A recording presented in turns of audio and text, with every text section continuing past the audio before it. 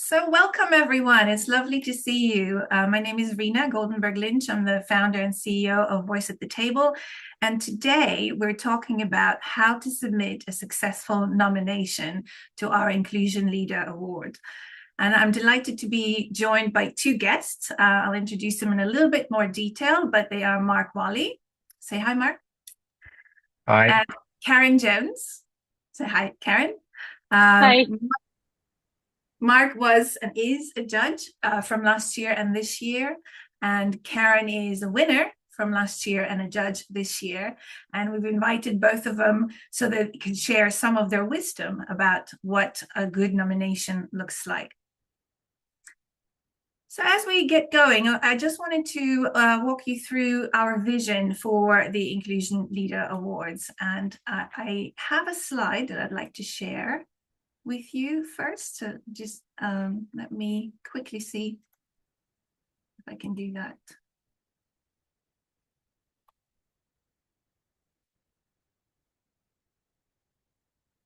Yeah. So the Inclusion Leader Awards, they are something that we started last year. And really our thinking behind it was not to simply look at inclusion as a moral issue or an HR initiative. The awards really exist to showcase leaders who are using diversity and inclusion to make better decisions, to build stronger teams, and to achieve better outcomes. And by sharing these stories, we help more organizations become more intentional about what many successful leaders are already doing. And that's our mission and vision with these awards. Nominations open on the 1st of July, so there's still a couple more weeks to go. And I briefly want to show you also our categories without going into too much detail, but later on we will walk through one of them to show you how that works. This year we have 16 categories. Each category, if you go on our website, this is a slide, but if you go on our website under events 2026 categories and nominations, each category has a full description of all the criteria, as well as an example of what a good nominee might look like, and also a video that explains the specific category, the award, and what a good nomination looks like.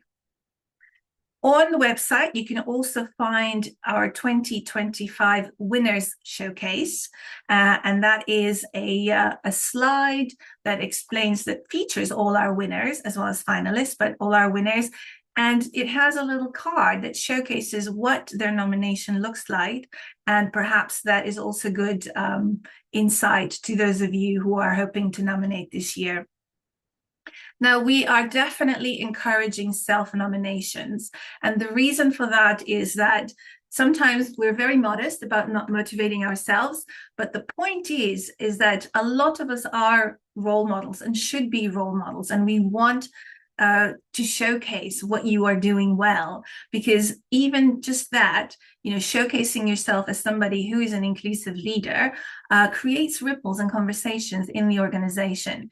And if I'm completely honest, no one, not even the judges, will know that you're self-nominating, because all they see is the submission itself. Now, like I said, our award nominations open on the 1st of July. They're open the entire month. And then on the 13th of September, we have the judges announce the finalists. So we will announce the finalists. And then, of course, the winners are announced at the end of our leadership conference in central London, which takes place on the 4th of November. So that's a little bit about the nomination process itself. We'll go through, like I said, a conversation with Mark and Karen to have a bit more detail. We will have a few more minutes for Q&A at the end of the session. You know that the session is also being recorded, so that will be available on the website to you in the future, and to anyone else who would like to view it again. And we also, this year, we're providing one-to-one support for specific nominations. So if you have all the evidence, you've gathered everything, and you're still unsure about how to put it together, or even which category to use to choose, we can help you with that. And that's also indicated on the website. Okay, so Mark, I'm going to turn to you first. And like I said, Mark was a judge last year. He is a judge this year. He's also judged a number of other awards. So he's quite a lot of experience as a judge. And in addition to that, as like a lot of our other judges, he is a very seasoned senior leader with lots of different hats on, most recently as a CEO as well. We have his full bio, or if we don't, we will have his own bio on the website as well, so you can see where he has worked and what he has done. He's also one of the most inclusive leaders that I've had the privilege to know. And so I'm delighted to welcome you to this webinar, Mark. Thank you for joining us. Thank you, Rina. I'd smiled a little bit when you said seasoned. I remember the first time you used that, and I think the four of us that were sat on the stage said, "You mean old?" I know you love that word. So Mark, let me ask you this: as a judge, what immediately captures your attention? It's always the story for me. What is it that's going on? What's the story? What's the real context of this as well? So I think it's really important that people tell a great story. They help us as judges understand the context and the challenges that are being addressed. So too often, I think I read entries that are quite mechanistic, and you get all the, and forgive me if anybody's in marketing, you get all the marketing blurb about the organization, and I'm kind of left a bit cold because I can read that on the website. I really want to understand the story, what's going on, and what's happening. Yeah, and telling stories is so important in every context, isn't it? And why shouldn't it be any different for nominations? And what do you think separates an average nomination from an excellent nomination? So the excellent nominations for me are the ones that, firstly, they show impact, not just activity. Now, clearly, we all know that activity is important, but we need to get to impact as well. And outcomes, not just intention, and really help to explain what has changed in the organization. So sometimes that change is very demonstrable. So it might have changed the shortlisting process for new candidates or new hires in the organization, and said, actually, we're using a company to help us find new candidates. Then we might have briefed them that we're going to expect a 50-50 split of men and women. And we've demonstrated that we've stuck to that because we've sent them back when they've not met that brief. So here's what we've done, why we've done it, and demonstrate what we've done to really live to the principle that we've put in place. Mm-hmm. And on that point of change, you also mentioned, maybe a little bit later, but you talked about progress versus success as well. So when you're talking about change, is it just as important to show the progress rather than the complete result? Yeah. So for me, we should always celebrate the small wins on the way to the big win. And I think all of us who've been involved in inclusion, diversity work recognize that this is a continuous journey. I don't think there's ever an end to it. So we've got to celebrate the steps along the way.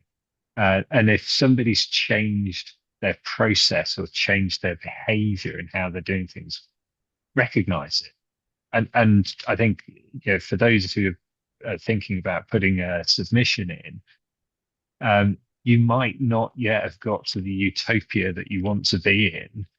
But if there's some great stuff that's happening that you know is a step on that journey, put the nomination in, because as a judge, I'm going to be as impressed by that as somebody who can show me a whole journey.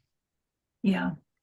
And to that point as well, if there are some failures along the way, what do you think about them, including them? Yeah, because it's yeah, I think we all have this, don't we? It's kind of the things that go well, we kind of forget those and brush over them. We learn our lessons and learn how to do things differently and how we can make more impact from the things that didn't go so well. So to acknowledge that there was a journey and that we perhaps didn't do something quite as we thought we might, or something didn't work and then we worked out why. And so we changed our approach, I think is just more it's all part of building that story. Yeah. Yeah, you don't pick up a storybook and go, and yeah, you get the three main characters laid out and then go straight to and they all live happily ever after. You go through a whole journey in the storybook, and that's what I'd encourage people to think about. Yeah. And I think we can all learn from mistakes as well. And over the Mm. last, several decades, certainly since I've been working in this space, we have learned the things that don't work, the things that everybody used to do and then don't work. And now we've changed that. And that's part of the change. And I think you're right, part of the story. So then what are some of the common mistakes that you see in nominations? Okay, so the first and I think most obvious one is people don't answer the questions. There are a number of questions to answer when you're putting in a submission. Please answer them. And I'll go back to it. If you copy and paste the marketing blurb about your organization, it won't get you far. We'll have lost interest before you've got to the story. I think something else, and I mentioned it earlier, it's context. Help us understand the context. Mm. So as judges, we may or may not have heard about your organization. And even if we have heard about your organization, our knowledge or perception of the organization might be far apart from the reality. And we should know that because we're all heavily invested in inclusion. And we know not to just assume things about people. So please don't assume that the judges know who you are, what you do, or what the context is of the nomination that you're putting forwards. Another area that I find, and this is not necessarily a voice at the table, inclusion leader awards, but generally in awards submissions, sometimes the evidence of what's happened gets buried in attachments. Mm. So it's great that you tell a story, but we do need some evidence as well. Please don't bury it in the attachments. I can't read it in the actual submission. I'm not going to be minded to wade through pages and pages of attachments. So at least give me the top line of evidence and then maybe point me to where I can find the rest of it. I think for me, the other thing is the final thing really in the mistakes space is people talk about lots of activity, but then don't go on to show the impact of that activity. Mm-hmm. So yeah, the activity is part of the story, but ultimately as judges, we're going, okay, so what actually happened? What was the impact? What changed? What difference did it make to your organization? So I think I think that's probably it. Those are the areas I would put the most concentration into. So I have also prepared a slide with your top tips, the 5 tips for nominees as you just went through. So that's very helpful. Tell a story, obviously. clearly. You've made that point very strongly. Demonstrate the impact in whichever way. Focus on the progress, not on the result or the perfection of it. Don't forget to answer the question. Isn't that funny? This one always gets us. What was the question? Don't know. Get lost in the story. And then don't hide the evidence. So those are your 5 takeaways. Is there anything else that we should be adding to that list? No, I just want to reinforce that piece about progress rather than perfection. Yeah. Where it's inclusion is a massive journey. So kind of celebrate what's happened, celebrate that, because I'm not sure we'll ever get to perfection, and your version of it will be different to mine anyway. So yeah. I think it's really important, and I'll just go back to the purpose of these awards again, because really what we want to do is encourage and demonstrate inclusion, and that is not going to be in the form of I've done this and achieved it, because in our space that's very difficult to do. But if we could show the progress and we can share some of those building blocks, some of those tips of what works and what hasn't worked, and what kind of behaviors and techniques work, that's what we really want to demonstrate. So I think it's a really important point. Well, thank you very much, Mark. Let's move on to Karen. So as I mentioned, Karen is a winner from last year, and she's also our judge. In addition to all of that, she is obviously a very skilled professional. She's a scientist. She's a PhD scientist, and is yet another one of the, I have to say, many in my life. I've met some really great leaders who are fantastic, inclusive leaders. But we want more, of course. But Karen is one of those leaders. She's a fantastic motivator. She's a coach and a mentor to a lot of people. So thank you, Karen, for joining us and sharing some of your wisdom. Rina. Yeah. Thanks, Rina. So Well, Karen, go yeah. on. No, I was go, going to go just for it. ask you, what made you decide to enter in the first place? If I'm honest, I needed a nudge.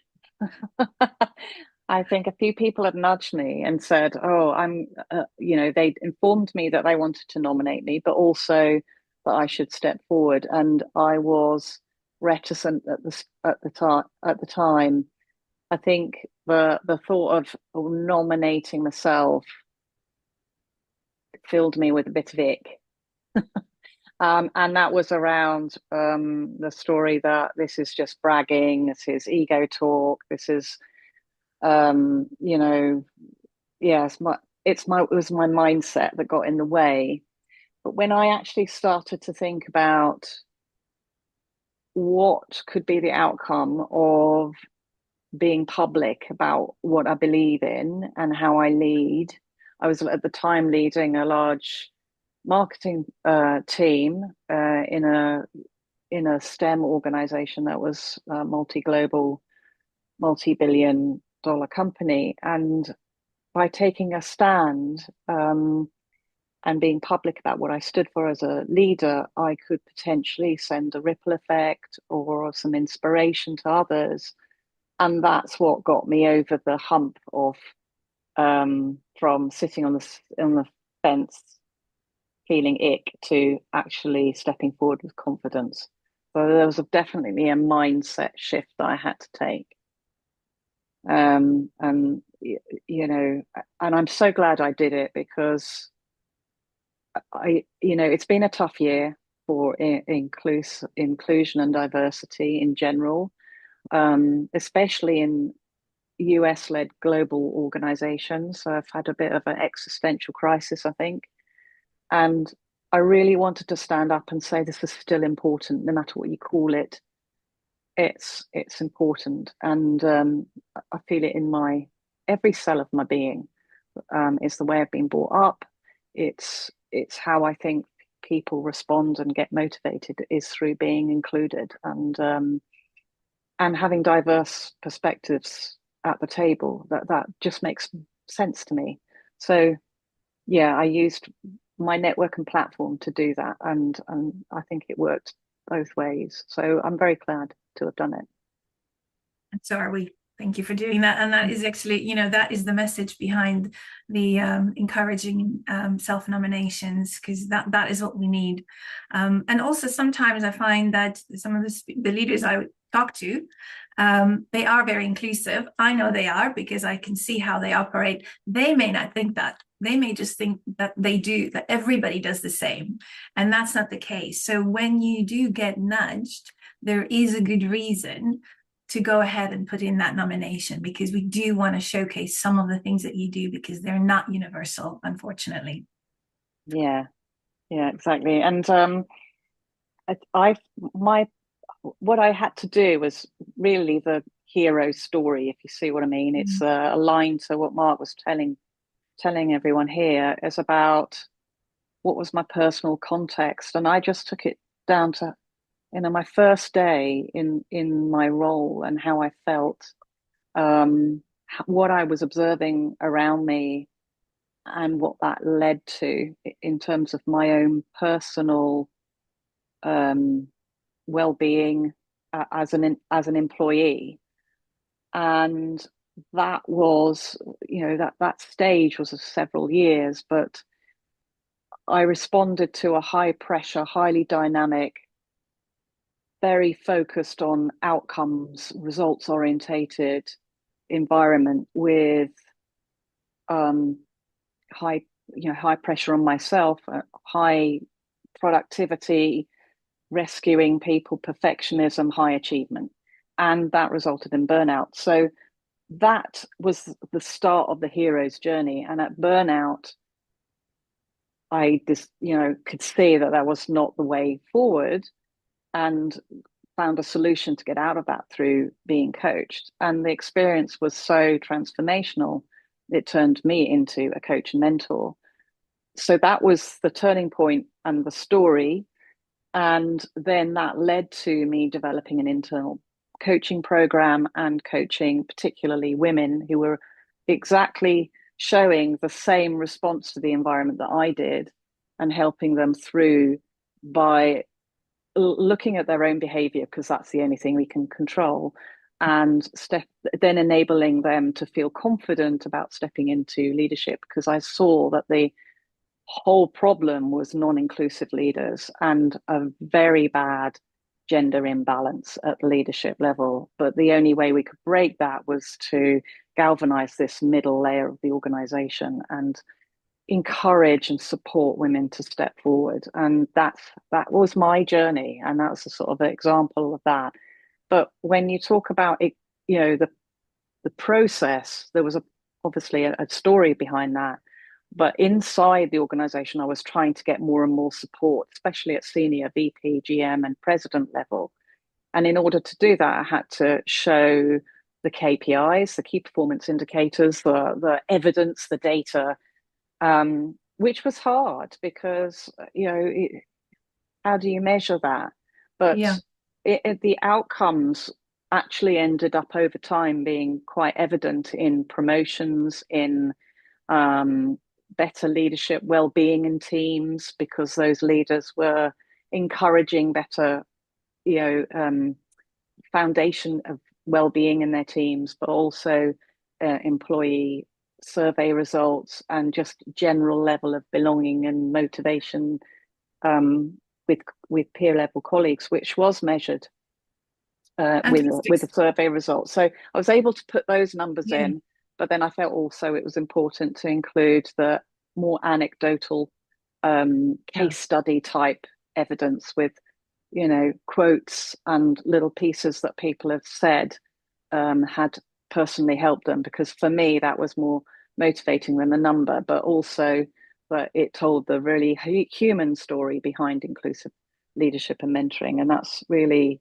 where I ended up. So that's sort of the example at an individual level of what Mark was talking about.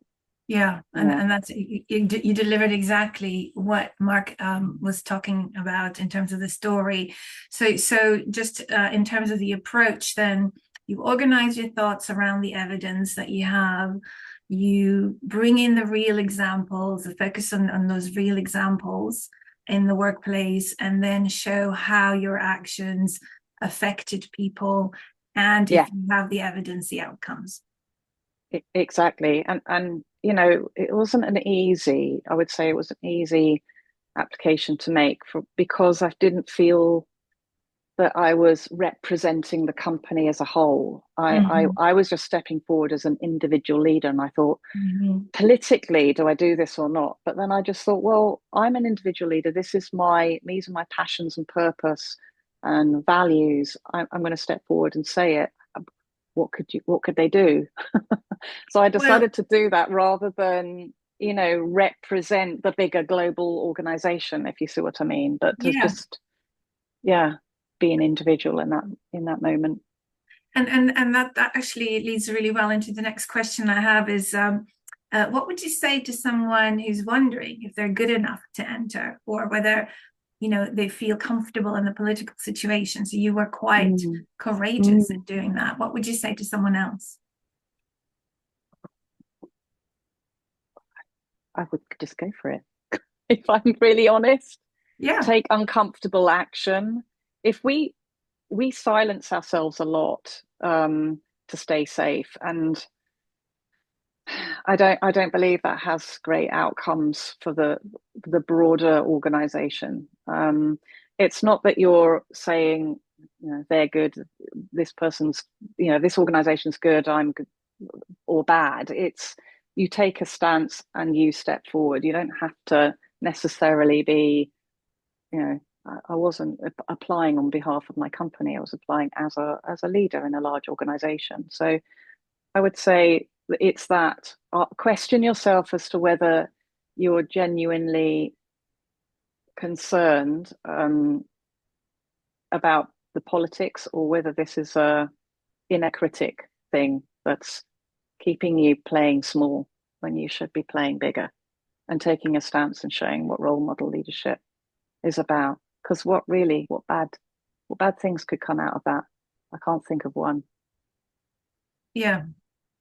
And I'm just popping up your top tips for nominees from your experience that summarize everything that you've said so well. So that point about stop waiting for permission, you know, stop waiting for somebody to nominate you, just go for it yourself. If you want to tell a story and stand for something, and share the knowledge and the learning. And, you know, don't minimize your achievements. I know that particularly women tend to do that. We don't, you know, I remember from my own career before Voice at the Table, you know, my male colleague in the same position was able to tell him amazing stories about all his achievements, and all I was doing supposedly is just, you know, supporting the clients in their day-to-day. We were doing exactly the same thing, but how you do it, how you tell the story is important, and don't minimize those achievements. And if you're a leader, I mean, you've got, if you're a leader, you have a role to make change or forge change. That's part of the job description of any leader. And it may require you to take uncomfortable action and stand in a light and in that way. And that's how change happens for the better. So that's how I see it. Be proud of the difference that you've made. You know, the stories that people, you know, sometimes I also tell clients to keep the notes, the emails that come in. Thank you for doing this and this. It made a real difference. You know, all those communications, that's evidence that whatever you're doing as a leader is working. So be proud of that and share that so that other people can do it and create that ripple effect as well. Well, thank you for that, Karen. Karen. What I would like to do now is spend a few minutes going through a specific category. So I'm just going to find it, here, and then I'll share it. And I'll ask Mark also to help me with that a little bit. So as I said, we have 16 categories. The one that I'm sharing on the screen right now is it's a new category, and we call it Voice at the Table, the Voice at the Table Award. And the reason we're calling that is because this award is about creating the conditions for more voices to be heard, creating the conditions for psychological safety, and specifically what tools or prompts or leadership behaviors does that include? You know, how do you create that kind of environment where people feel encouraged to contribute with all their thinking? So that's our Voice at the Table award. And what a judge is going to be looking for. So the criteria is listed. So this is on our categories page, and there's a little accordion feature there. And if you click the plus sign, it'll give you the criteria. The criteria is very straightforward. We tried to keep it as simple as possible, keeping to exactly the points that Mark made. You know, what is the challenge? What is the story? And how has it changed? You know, so what the challenge, we'll go through the details of it in a minute. What has changed? And how were more perspectives included? So how did that impact the contribution, the change itself? And what may have been the results from that? What business or team or organizational benefit may have resulted from that? So as an example, as a practical example, I'll use a public story, which is the Google's Project Aristotle example, which is also, I think is the one that we've listed here as well. Yes, it is. Yeah.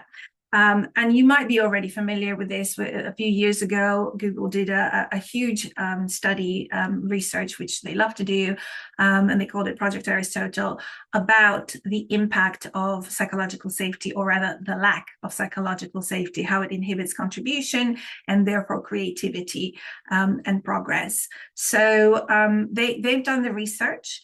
They've come up with data that shows that without psychological safety in the team, you are really missing out. You know, if you're not tapping into every brain around the table, you are missing out. So they've instituted some measures. We've not included the measures here, which led directly to more input, more insights, and that resulted in better team performance, maybe not necessarily straight away for some specific products, although I'm pretty sure that they did lead to the creation of new products as well as a result. So that would be something that would qualify for this kind of nomination. And Mark, let me ask you, if you were judging this category, what would make you score really highly in this category? At the risk of repeating myself. Go ahead, because it's important to hear it more than once. Well, it's kind of all the things we've covered. So it's answer the questions. I think it's get the data that link it to the human story. Help me see the context. And I think there's something else that's just come out during this webinar as well, is that being proud of what you've achieved, and let that shine through. That sometimes I do read nominations and I'm sat there thinking, there's a desperately good story trying to get out here. And usually you'll sense the pride that somebody's got, although it might be a little bit that other voice you can sometimes hear on somebody's shoulder, where they're going, well, I'm proud, but I don't want to shout about it. And let that inner voice out that's proud, and silence the one that's going, oh, you know, is it good enough? Am I good enough? Because the story undoubtedly is good enough, and that means you're good enough too. So it's really all the things we've talked about. Yeah. That's going to get the scores. And you can apply that formula to every single category. Every single category, absolutely. And I think, that Karen made that point. It's data and the human story that goes with it. It kind of what happened, but what was the impact on people? Yeah, exactly that. And what was I going to say? I think that we've come up with a few themes that we've heard over the last year or so from people that we think they've kind of evolved into myths. And so what I want to do now is spend about 5 minutes with both of you, Mark and Karen, to hear your thoughts on that. What do you say in response to that? So the first one is, people saying, we're too small. I'm just a one-person band. How on earth am I going to win against, the person from Thermo Fisher, a global organization? What would you say to that? Let's start with you, Mark, as a judge. Just share the context to start with. The story, the backstory, is the important thing. That I've been fortunate enough to be involved in diversity, inclusion, equity initiatives for a good number of years. The best things that I've done in the organizations I've been in have been things I've learned from other people. Yeah, I don't sit and dream up these great ideas. I just focus on, I sometimes catch an idea and go, oh, that, yeah, I hear that. We could tweak that for our organization and make it work for us in our context, in our scale. And then just get on and do it. It doesn't matter whether you're big or small. Did it make a difference? Yeah. And I find also, I mean, just going back through the winners last year, it's a mixture as well. So we have some people from very small organizations who have won, and then also obviously big teams. It just depends on the context, exactly as you said. Yeah. And also, I don't know if you, Karen, if you agree that sometimes a person in a big organizations is acting in a small capacity as well. Yes. Like I was exactly going to say that. That's exactly my situation. But also, I bet you, when it comes down to Google's Project Aristotle, it started with one person having one idea and one realization. And it may not have been a large group or group of groups. It starts small. And it's just about the relative change that you're making. Yeah. So it can be one person doing, in a startup or founding a company on their own with a vision and making that work could be just as of a massive, effect than, a group of teams in a large organization working together. The change is relative.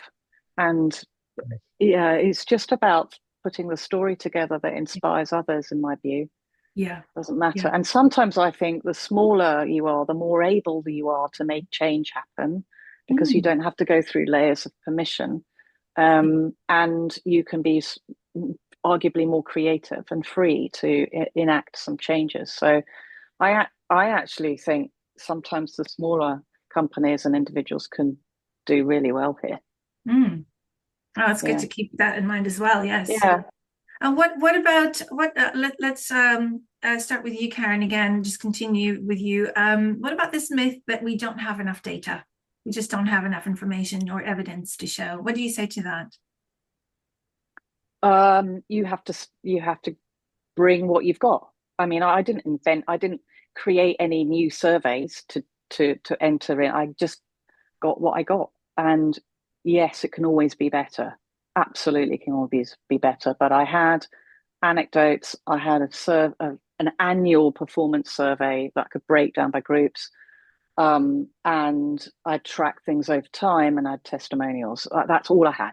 And people might have far less than that, but you've obviously got, if you're at that point of thinking about applying, you must have had some idea of why, and that you're making a difference. We'll piece apart and unpack what that is. What evidence are you seeing, and see how you can represent that. That's you bring what you've got. Yeah, and even those, I mentioned those little thank you emails that just the one-liners that you might get from a colleague or a friend, where you've made that change, and the impact. That's great evidence as well, I think. Anything to add to that, Mark? It struck me that Karen said, "All I had was," and it wasn't very much. And what Karen had was quite a lot compared to some submissions.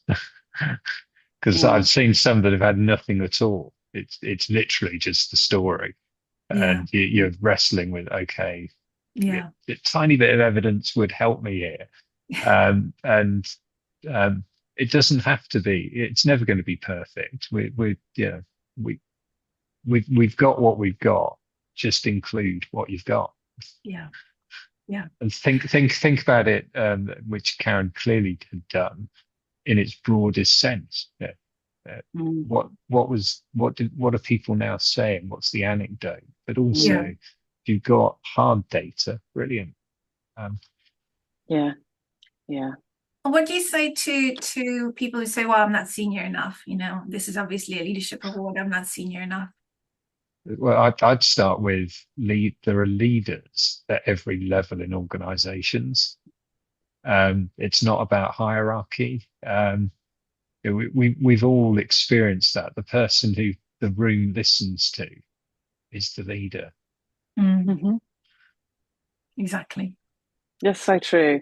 I work with people who say this all the time. I can't join your boot program because I'm not a leader. And they lead themselves, they lead projects, they lead, calls, they host calls, they lead their families. They do a lot of leadership, but too humble, or what? Maybe that's what makes them so inclusive. Yeah. Is that idea that they're not the best all and need all, because we have these fixed ideas of what leaders are sometimes, which is rather hierarchical. And I'm very much aligned with Mark that leaders can be anywhere. Yeah. And I'm even thinking of like employee networks, leaders of employee networks. It's a volunteer activity, and you might not be a very senior person to take that on, but it is a leadership role. And what you do, and we have a category for that as well, what you do, the impact that you can create with the network, I think is massive. So and just again, to both of you, why enter at all? I know we've talked about it a little bit, but why did you? Let's start with you, Karen. Why did you enter? Why do it? I wanted to take a stand. I really wanted to stand up and put a sign up and say, "This is what leadership should look like," and that you gave a platform to do that. That's my personal thing. It was all about purpose. That was my only reason. And I think it sent a loud message, and that was gratifying. Yeah. And successful. What about you, Mark? Yeah, so as a leader of an organization that's entered some awards over years, that for me, one of the big things was it creates pride in the organization to tell your story and get recognition, and that recognition boosts the morale across the team. So you create a virtuous circle, really, of we've done great things, we recognized it, we celebrate it, that inspires us to keep doing it. The other thing, and it's back to my point about most of the initiatives I've been involved in have been stolen or borrowed from other organizations. And I'm quite happy for anybody to read any of the nominations that my organization has ever put forward, because it might inspire somebody else to do something. So that could be internally that people get inspired, or a completely different organization. There's nothing I love better than somebody, I'm in a number of networks and the types of organizations that I've been involved in, and somebody starts telling a story about what this new idea they've had, and I'm sat there thinking, yep. I think you might have picked that up somewhere along the line, but you get that sort of small glow of satisfaction, but it's mostly about brilliant, it's made a difference somewhere else as well. There was a great book about original ideas, actually claiming that there is no such thing as an original idea. Your inspiration tends to come from another story already or another idea.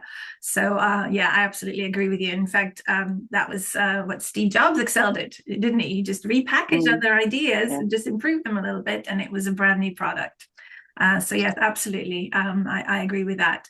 I would add to the list as well with the fact that, you know, what we're trying to showcase is how diversity and inclusion contribute to business success. And the more examples of that we have, the more evidence, stronger evidence base for that point, for that leadership advantage point that we want to create. So it's also strengthening that and the recognition, because, you know, some people, last year we had a number of leaders in the audience who had nothing to do with diversity and inclusion. That was their first interaction with diversity and inclusion, and they walked away just amazed at all the stories and how certain behaviors and certain techniques bring out such a big result. And that's what we want. We want people to learn from each other, to as you say, inspire others' actions, and encourage more role modeling.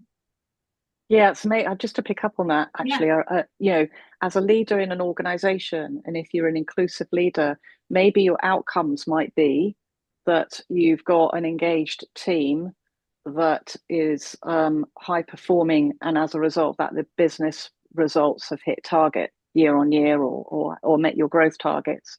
So it might not be like a inclusion metric. It might be a outcome from your inclusion that shows, because I can see that the inclusive leaders have a knock-on effect on their team motivation, belonging, performance, and, you know, willingness to do more and learn more. And yeah, it's a virtuous cycle. So yeah, the outcomes from that are just as valid in an application. Absolutely. And I think, we're also very in the awards categories, you know, the awards are very clear that we're not just looking for specific outcome, you know, based results. That's why we came up with the voice at the table category, just the idea of, you know, coming up with tools and techniques to get more input from the team, and getting that input that is result enough. Because we know that all of that eventually leads to the creation of a new idea, or maybe, you know, mitigate risks somewhere where you might have been blindsided before. You know, all of that matters. All of that matters. We have a few more minutes for questions. There are a few in the chat, but if you'd like to ask a question, please just put up your hand virtually. And while we do that, Natalie asks, for impact, is there any specific geography that you're looking for? For instance, what about a small market like Belgium? Anybody, Mark?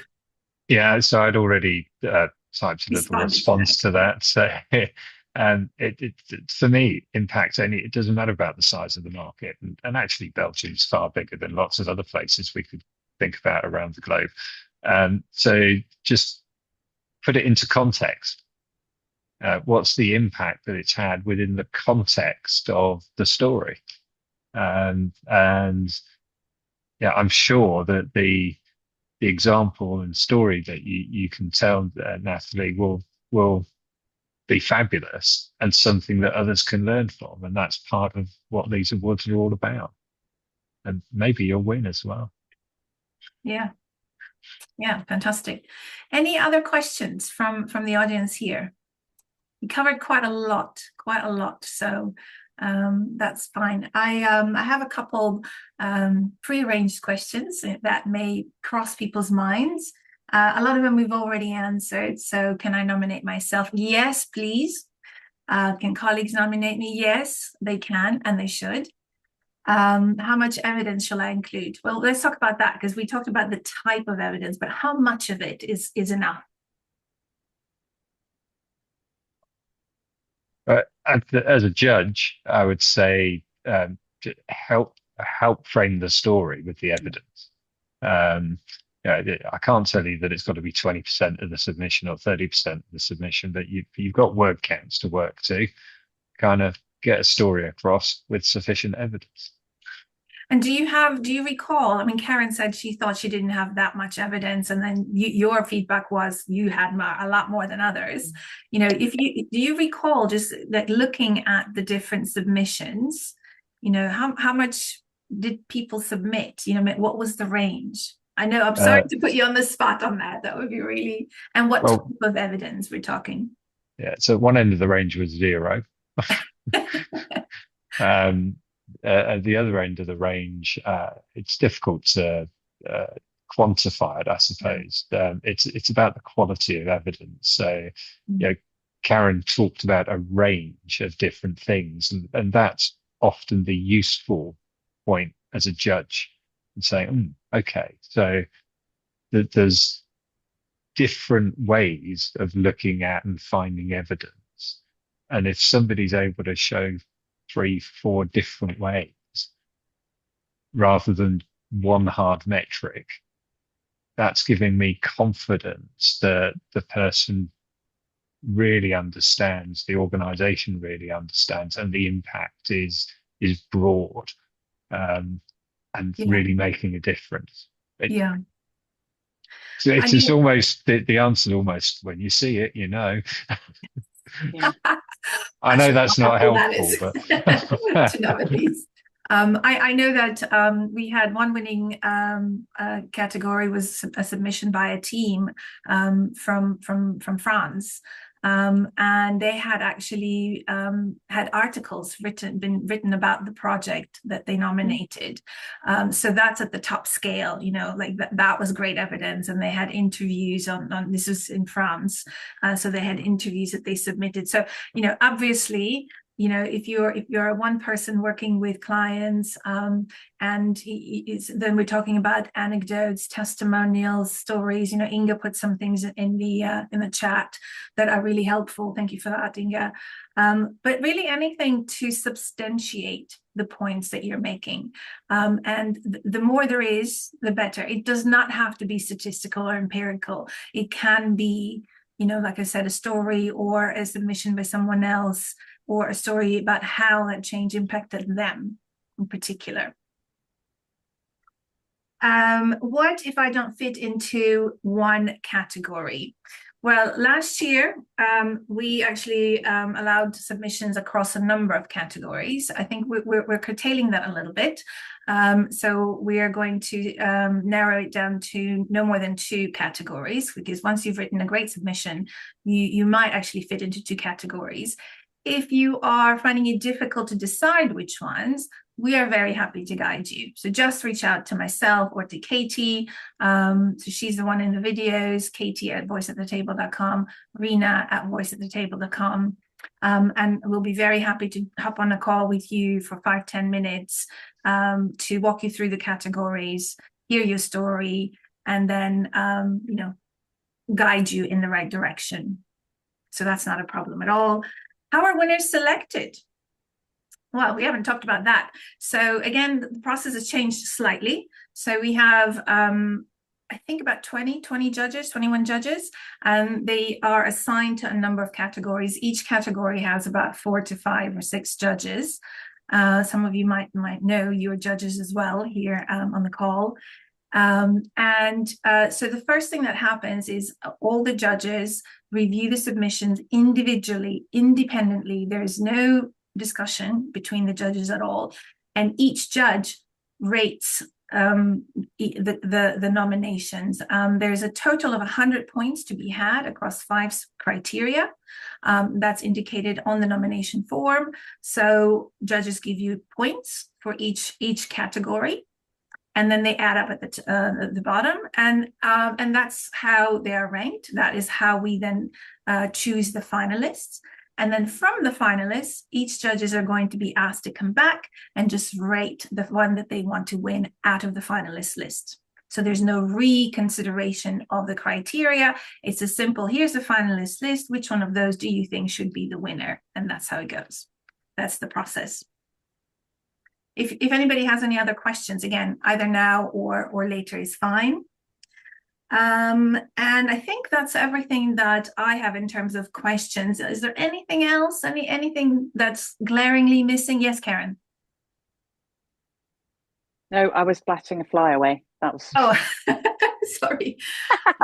Okay, in that case, I'm going to wrap up by saying nominations open on the 1st of July, and I really, really encourage you to nominate yourself and or your colleagues and friends.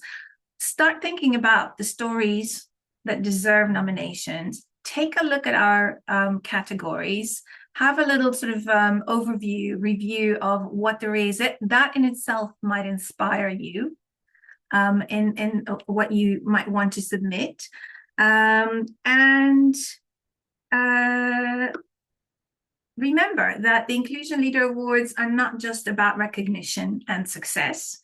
They are about making visible the leaders who are already providing that stronger decisions, providing stronger business results by being inclusive, by valuing diversity of thought, and being the kind of human beings who we consider are truly the best types of leaders.